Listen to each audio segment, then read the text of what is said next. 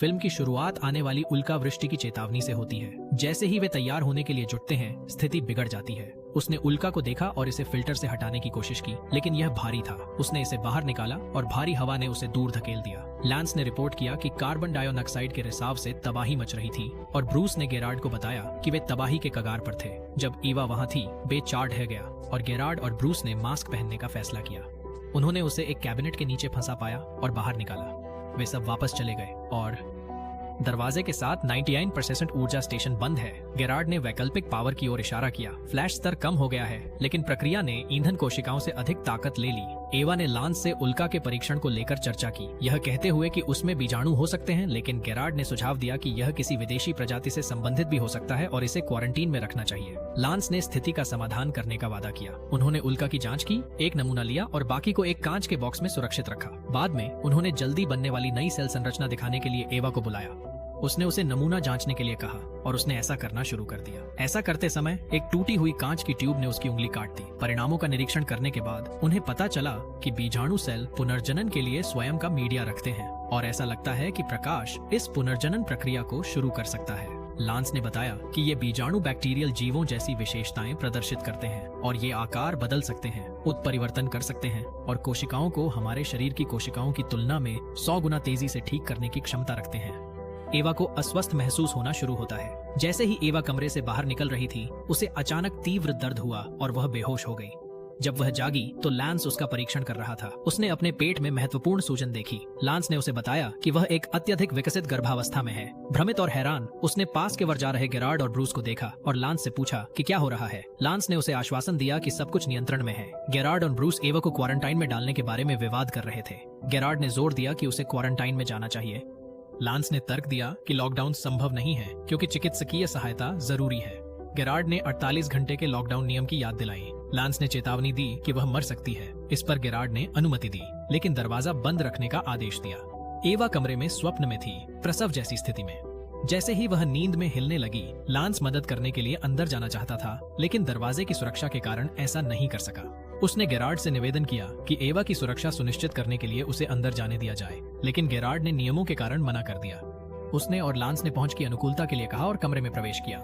Lance और Bruce एवा के साथ क्या हो सकता है के बारे में चर्चा कर रहे थे, लेकिन लांस कोई उत्तर नहीं दे सकता था क्योंकि अधिकांश उपकरण बिजली के आघात के कारण काम नहीं कर रहे थे। एवा को प्रसव का दर्द शुरू हो गया।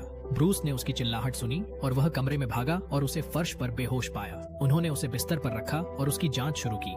गेरार्ड उन्हें बार बार कमरे से बाहर जाने के लिए कह रहा था। एवा ने गेरार्ड पर चिल्लाना शुरू कर दिया और गेरार्ड कमरे से बाहर चला गया। ब्रूस ने संचार चैनलों पर काम करना शुरू किया और उसने रिकॉर्डिंग शुरू की। एवा का क्या हुआ इस बारे में बात करने के दौरान उसकी चिल्लाहट के कारण लैब कैबिनेट के खिलाफ जोर लगाने लगी। अन्य लोग अंदर भागे और उसे शांत किया। उसे वापस बिस्तर पर ले गए। ब्रूस ने एलियन को देखा, लेकिन उसने उसे काट लिया और लैब से भाग गया। उसने दूसरों को बताया कि क्या हुआ, लेकिन उन्होंने इसे कार्बन मोनोऑक्साइड विषाक्तता के कारण भ्रम समझकर खारिज कर दिया। एवा ने लांस को यह समझाने की कोशिश की कि उसने क्या देखा, लेकिन लांस ने इसे भी भ्रम समझकर खारिज कर दिया। लांस ब्रूस की जांच कर रहा है। ब्रूस ने लगातार उसे बताया कि कुछ ने उसे काट लिया था, लेकिन लांस ने नहीं माना। लांस ने उसे बताया कि जब तक एवा के तरल पदार्थ की जांच करने का मौका नहीं मिलता, वे कोई अनुमान नहीं सकते। अकेले कमरे में ब्रूस एक अजीब आवाज सुनता है और इसके स्रोत का पता लगाने के लिए खोज शुरू करता है। जैसे ही वह जांच करता है, उसे भ्रम का अनुभव होने लगता है। अचानक उसने देखा कि पहले उसे काटने वाला एलियन अब हवा की वेंट में छिपा हुआ था। डर के मारे उसने पूरी तरह से कमरे की खोज की। गेरार्ड ने हस्तक्षेप किया, एक मानव रूप को उजागर करते हुए। जब यह परिवर्तन पूरा हुआ, यह जॉन ब्रूस का रूप अपना लिया। उसने अपने कमरे में प्रवेश किया। उसकी इंद्रियां शराब से धुंधली थीं। डर और भ्रम से प्रभावित हो वह रोने लगा। जब उसने अपनी टॉर्च चालू की तो उसे अपनी ही प्रतिबिंब देखते हुए आश्चर्य हुआ और उसने डर के मारे चिल्लाया। लांस आया और उसे अकेले खड़े स्पष्ट रूप से परेशान पाया। उसे पहचान कर उसने उसे टहलने के लिए कहा और उसे कार्बन मोनोऑक्साइड विषाक्तता का इलाज करने का आश्वासन दिया। ब्रूस दौड़ धरने लगी। वह नीचे उतरा पानी पीने के लिए, लेकिन उसने अभी भी टहलने वाला देखा और उसने पीछे मुड़कर देखा, अपना स्वयं को दौड़ते देखा। वह पिछली मुलाकात के दौरान भ्रमित होकर रोने लगा। गेरार्ड ने असहमति जताई। जैसे ही गेरार्ड दरवाजा बंद कर रहा था, उसे पीछे से हमला किया गया और वह नीचे गिर गया।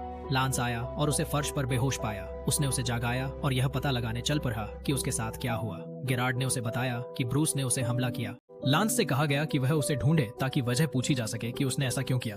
लांस ब्रूस यूनाइटेड आवा को ढूंढने गया और कमरे से बाहर निकल गया।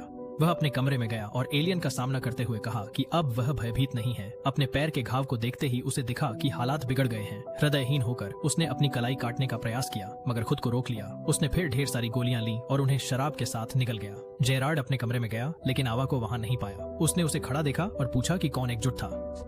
आवा ने जोर देकर कहा कि वह उसे वहां बांध नहीं सकता और जब जेरार्ड पहुंचे तो उसने उसे चाकू मार दिया। जवाब में उसने उसे कुछ इंजेक्शन दिया और लांस मदद के लिए आया। एक साथ उन्होंने उसे फिर से रोक दिया और कमरे को बंद कर दिया। छोड़ने से पहले ब्रूस ने चेतना हासिल की और लांस से उसे जाने देने की भीख मांगी। उसे विश्वास नहीं था इसलिए उसने उसे एलियन ब्रूस से पूछने के लिए कहा।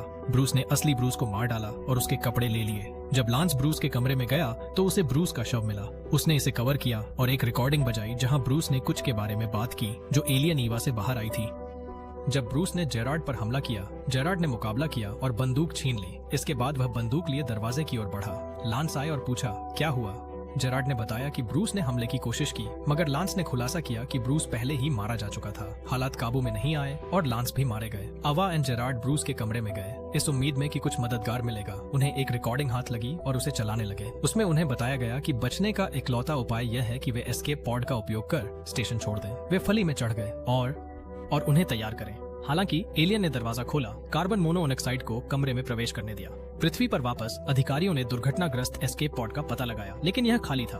उन्हें जेरार्ड से एक संदेश मिला जिसमें उन्हें फली में जो कुछ भी था उसके खतरे के बारे में चेतावनी दी गई।